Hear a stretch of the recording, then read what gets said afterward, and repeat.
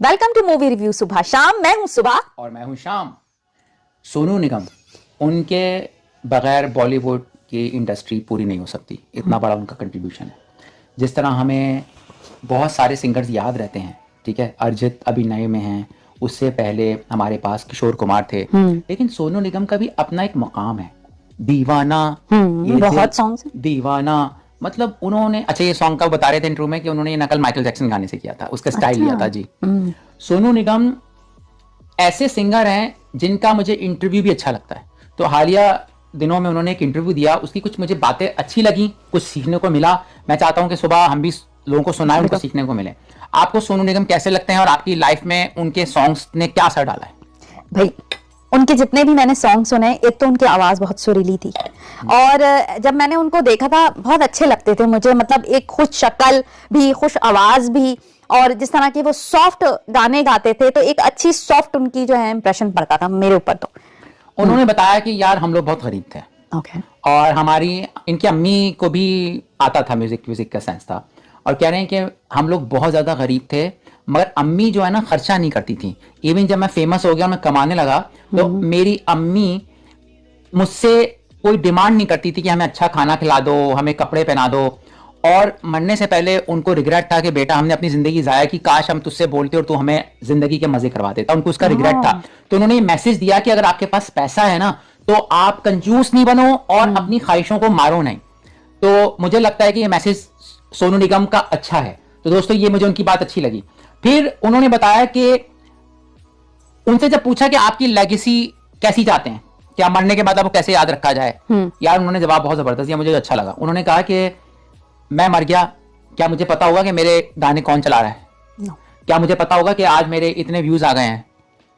मैं अभी आपके साथ कैसा बिहेव कर रहा हूं, ये मेरी लाइफ है। बहुत खूबसूरत बात की सोनू निगम ने ये, कि मुझे ओशो का ये एक सेइंग याद आया कि तुम्हें नहीं पता मरने के बाद क्या होगा, लेकिन तुम अभी तो जियो।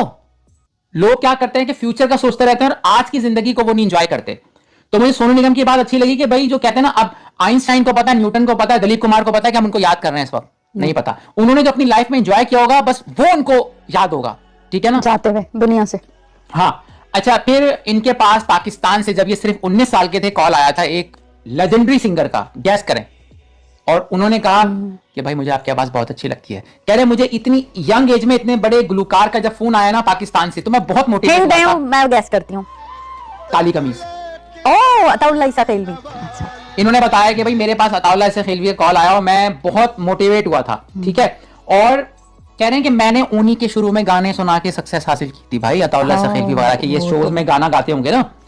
तो अच्छा, इसके बाद उन्होंने बोला कि लक होती है असल चीज, सिर्फ तुम अपनी सेहत का ख्याल रखो। ये भी अच्छा मैसेज था। यानी ये सेहत का बहुत ख्याल रखते हैं, दुबई में रहते हैं सोनू निगम। यानी मुझे ये अच्छा, जावेद अख्तर से इनकी बहुत अच्छी दोस्ती। कह रहे मैं और जावेद अख्तर के ख्यालात अलग अलग हैं। जावेद अख्तर एथियस्ट हैं, मैं गॉड को मानता हूं, लेकिन फिर भी हम एंजॉय करते हैं एक दूसरे की गैदरिंग को, ठीक है। फिर उन्होंने बताया कि यार कुछ तो बात है मेरे में कि मैं 91 से सर्वाइव कर रहा हूं। ये बात इन्होंने सही की है यार, कब से गाना। अच्छा, सोनू निगम वो सिंगर है जिनको मैंने करीब से हाथ में लाया हुआ है, लंदन में मैं था। ओह वाह, अच्छा, मैं बहुत लकी हूं। सोनू निगम थे, बिपाशा बासु थी, जॉन अब्राहम थे, ठीक है।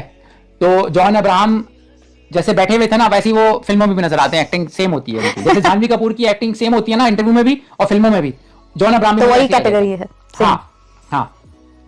अच्छा, इन्होंने अभी ये क्यों वायरल हुआ है मैं सोनू निगम, परदेसिया इन्होंने गाना गाया है, परदेसिया गाया है परम सुंदरी का।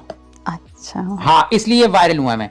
और ये साथिया गाने की तरह इन्होंने गाना गाया है, सही है।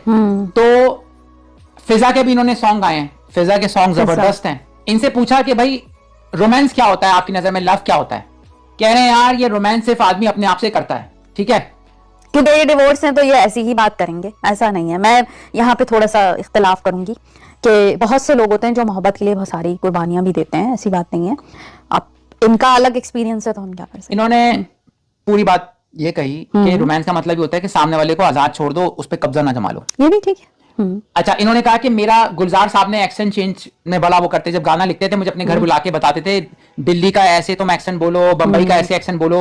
अच्छा, इन्होंने एक और बात बताई कि शुरू में उनको रिग्रेट है कि मैंने ना पैसा इतना नहीं मांगा लोगों से, मेरा मेहनत ज्यादा होती थी, मुझे अब अपनी वर्थ पता चली है, मैं आप पैसे सही मांगता हूं, वरना शुरू में मैं बेवकूफ बन के चंद पैसों में काम कर लेता था। हमें अंदाजा ही नहीं था कि कितनी अर्निंग हो जाती है डायरेक्टर प्रोड्यूसर्स की। इन्होंने कहा कि मैं बहुत बुक्स पढ़ता हूँ, गुलजार साहब के पास मुझसे ज्यादा किताबें हैं, उनके पास सोनू निगम के पास 5000 से ज्यादा बुक्स हैं। तो मुझे अच्छा लगता है कि जब आर्टिस्ट बेतुकी बातें नहीं करता, जैसे अक्सर फनकार अजीब बातें कर रहे होते हैं ना, कोई बोल रहा होता है कि हल्दी से कैंसर नहीं होता, कुछ फलाना स्टूपिड बातें करता है, सोनू निगम से मुझे कम उम्मीद होती है, अच्छी बातें करते हैं। दोस्तों आप राय में बताएं कि आपको कौन सा फेवरेट सॉन्ग अच्छा लगता है सोनू निगम का। Thank you, take care, bye bye.